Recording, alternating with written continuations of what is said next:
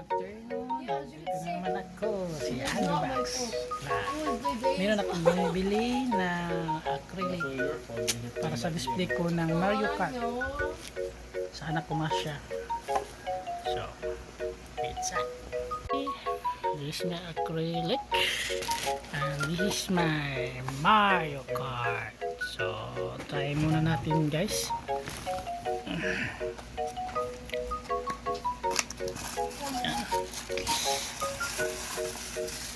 Oops.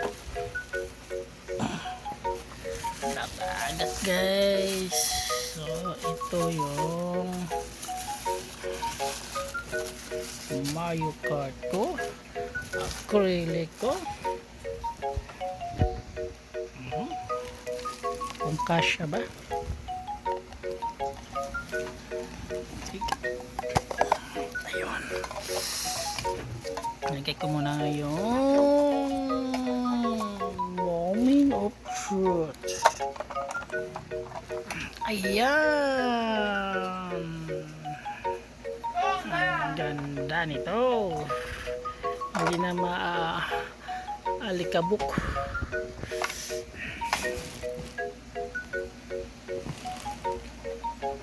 Pero nabiblor.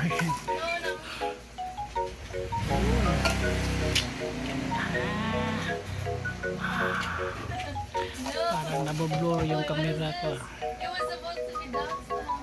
Okay, ito. Ayan. Ang ganda. Dito,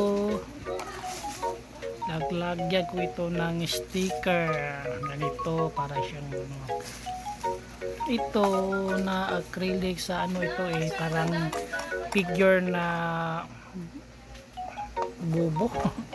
Hindi ko alam bubo, pero kasya siya kasi sinukat ko sa ano sa measurement para ganito yung labas, kasi yung sa scale ng mga Hot Wheels hindi siya kasya. Yung isa nito 18 parang 18 pesos sa Shopee. Yan, 10 binili ko para lahat happy, para malagyan ko dito. Ito na. So ang labas para hindi ng mga alikabok. Ayan, nilagyan ko sa bat niya. Diba? May the alien. may pagong tsaka yung boomerang. Yan. I know. Yan guys, ang ganda. Grow some hair. Gawin natin. Yan. That's nothing. Wow. Yun, no? Looks like Bob Ross. Okay. Then she was Bob Ross. Diba? Hindi na siya Get out! lagyan ng mga alikabok. Yung mga toy ko, mga alikabok kasi wala akong glass. Yan. Meron akong maraming toy dito pero punong alikabok dito. Yan. Yung gandam ko hindi maalikabok pero pumasok pa rin sa alikabok kasi maraming fan. Yan. So guys, update itong update ko. Ganda siya, nice. Yan,